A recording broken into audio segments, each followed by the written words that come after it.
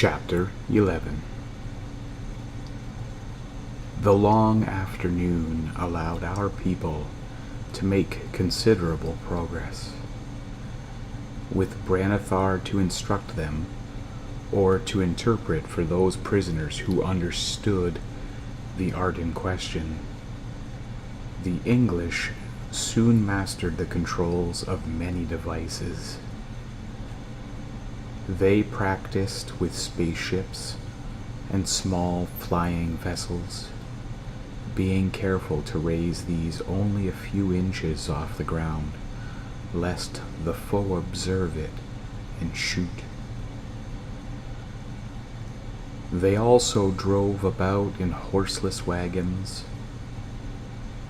They learned to use far speakers, magnifying optical devices, and other esoterica. They handled weapons that threw fire, or metal, or invisible stunning beams. Of course, we English had, as yet, no inkling of the occult knowledge which had gone into making such things, but we found them childishly simple to use.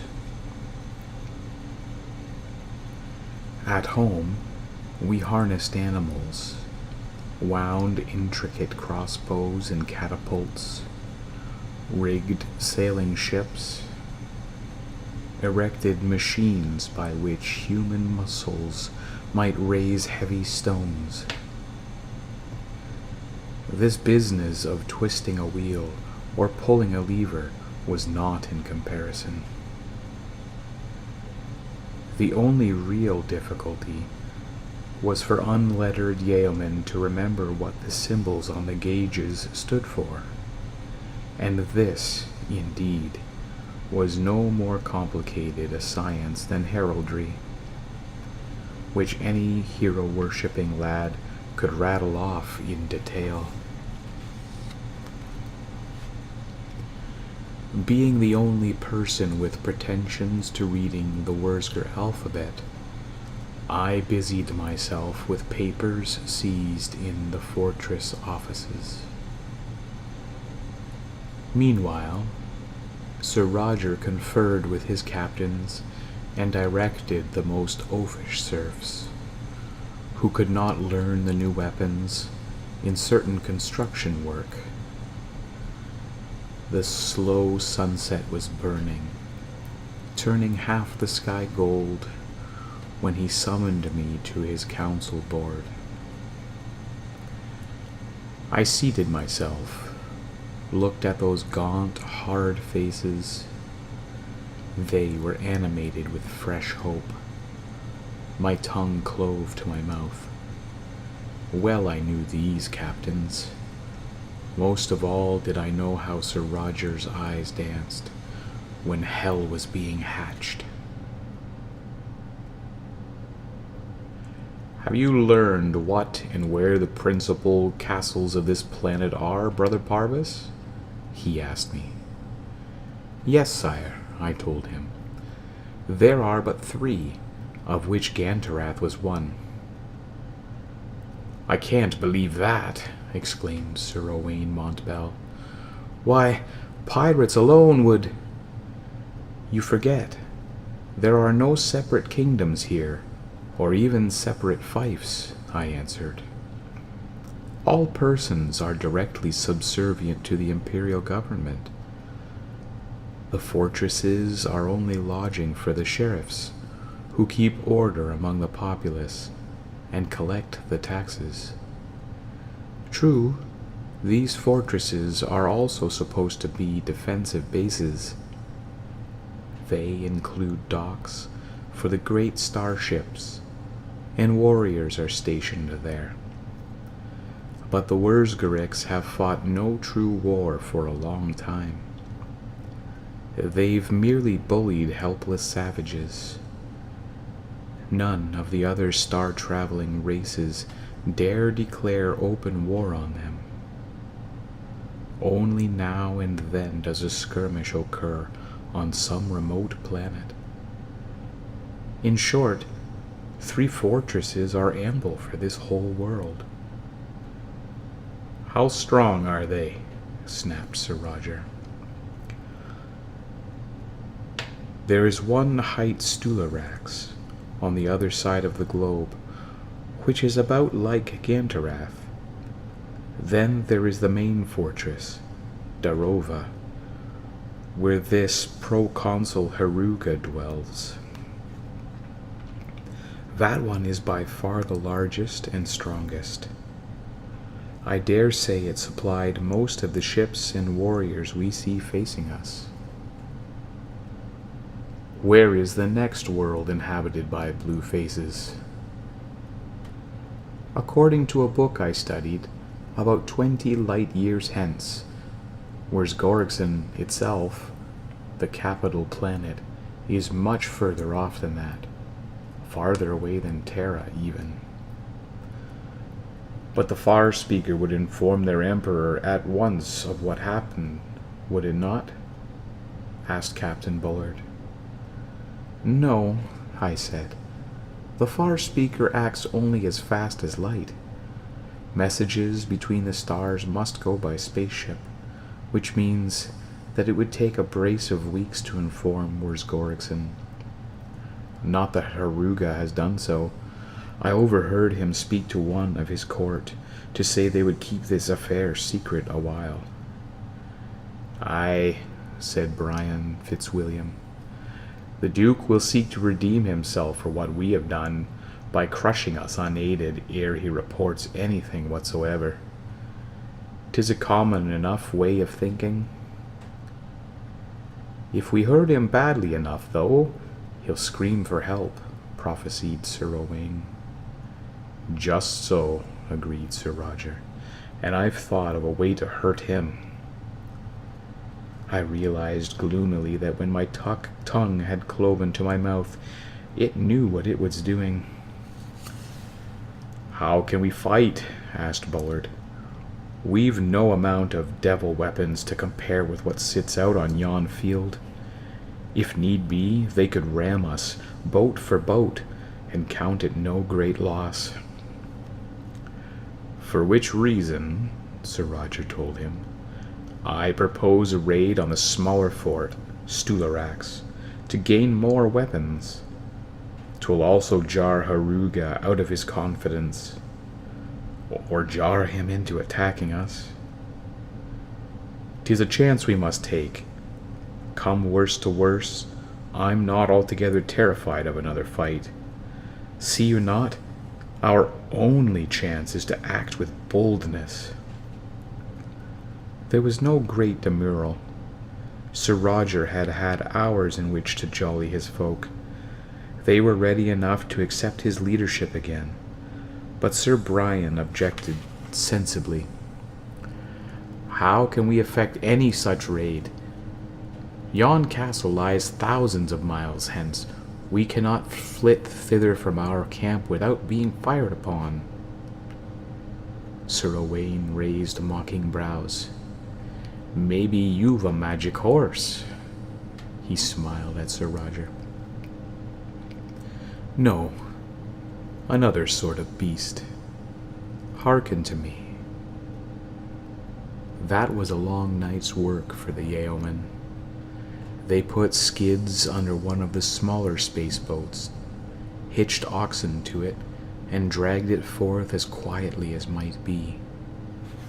Its passage across open fields was disguised by driving cattle around it as if grazing them. Under cover of darkness, and by God's grace the ruse was sufficient. Once beneath the tall, thick-crowned trees, with a screen of scouts who moved like shadows to warn of any blue soldiers. "They had the practice for it, poaching at home," said Red John. "The work was safer, but also more hard. Not until nearly dawn was the boat several miles from camp, so far off that it could lift without being seen from Heruga's field headquarters. Though the largest vessel which could possibly be moved thus, it was still too small to carry the most formidable weapons.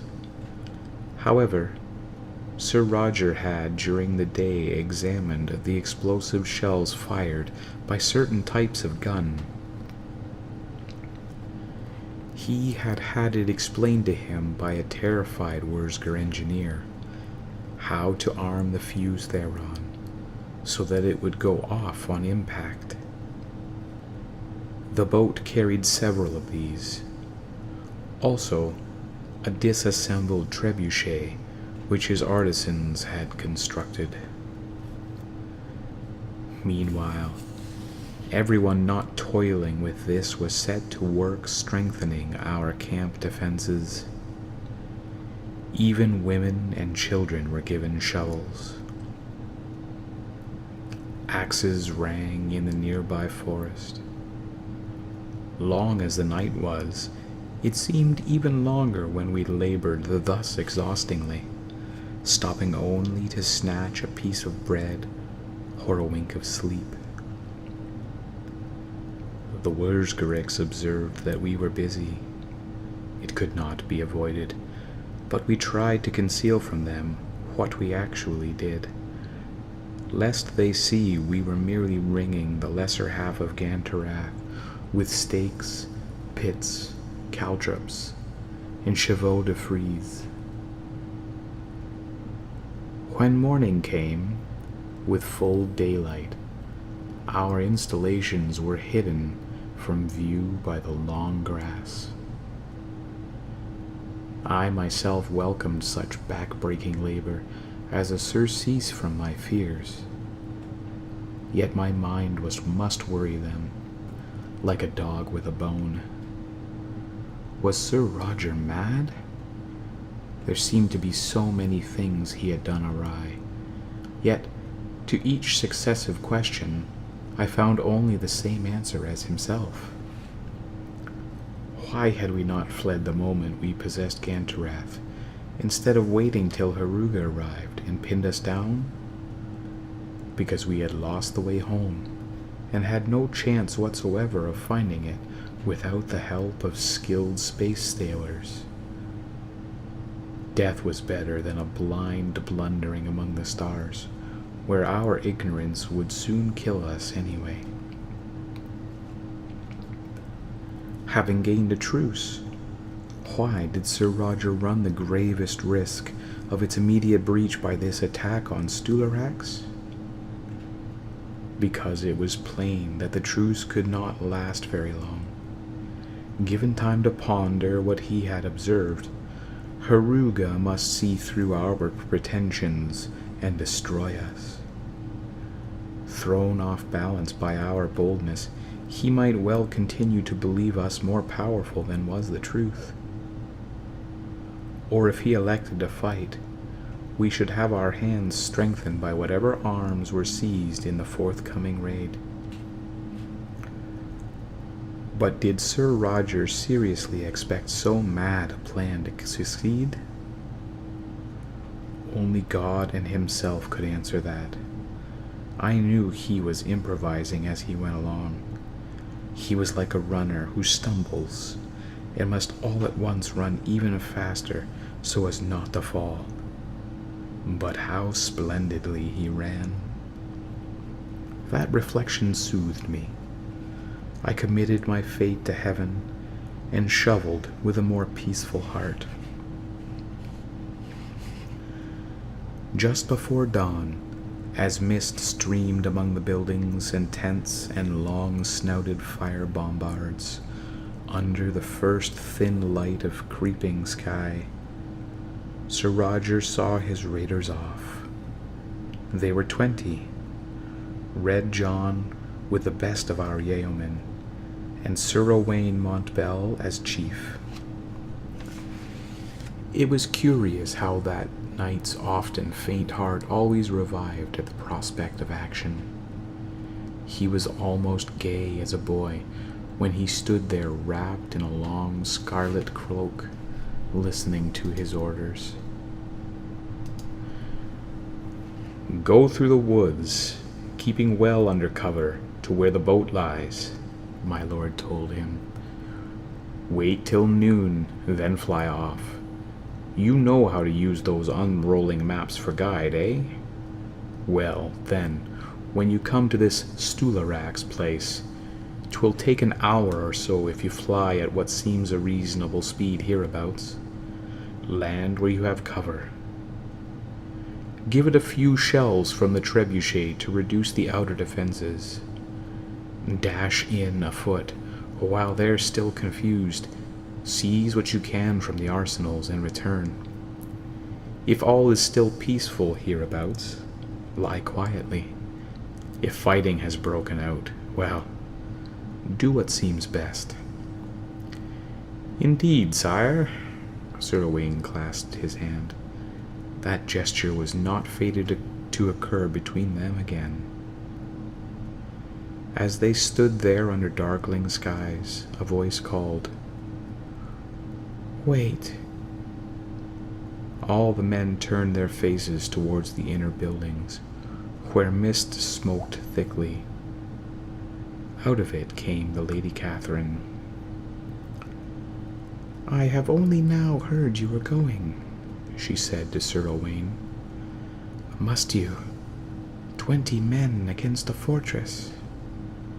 20 men, he bowed, with a smile that lit his face like the sun, "and myself, and the memory of you, my lady." The color swept up her pale countenance. She walked past a stone-stiff Sir Roger to the younger knight till she stood gazing up at him. All saw that her hands bled. She held a cord in them. "After I could no more lift a spade this night," she whispered, "I helped twine bowstrings. I can give you no other token." Sir Owain accepted it in great silence. Having laid it within his shirt of chainmail, he kissed her scarred small fingers. Straightening, his cloak a swirl about him, he led his yeoman into the forest. Sir Roger had not moved. Lady Catherine nodded a little. "And you are going to sit at table today with the Wurzgericks?" she asked him. She slipped away in the fog, back toward the pavilion which he no longer shared. He waited until she was quite out of sight before following.